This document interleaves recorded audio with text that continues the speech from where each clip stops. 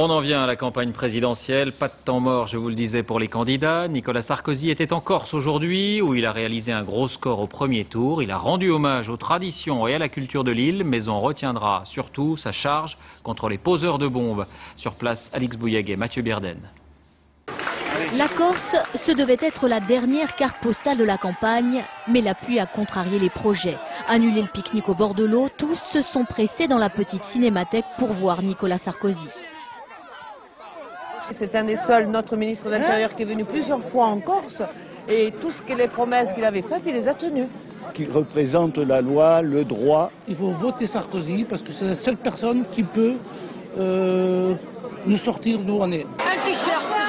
Dans la salle pleine à craquer, c'est l'embouteillage. On distribue des t-shirts, tandis que les stars locales chauffent le public. Tous ensemble, on soutient le même homme et qu'une chose, c'est qu'il soit président. Autorité, c'est le mot-clé de cette visite. En évoquant l'assassinat du préfet Erignac, Nicolas Sarkozy réaffirme la fermeté vis-à-vis des poseurs de bombes. Est-ce que c'est courageux de mettre une cagoule? Est-ce que c'est courageux d'aller faire sauter la nuit venue? Est-ce que c'est courageux de mettre 3 balles dans la nuque d'un homme seul qui rejoint sa femme à un concert dans les rues d'Ajaccio? Ceux qui ont fait ça sont des lâches. Nicolas Sarkozy est arrivé hier soir sur l'île avec ses conseillers politiques dont le rallié socialiste Éric Besson.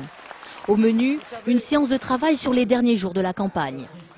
Avec ce déplacement en Corse, Nicolas Sarkozy continue de dérouler sa stratégie de l'entre-deux tours, rassembler au maximum et afficher clairement l'image d'un président protecteur.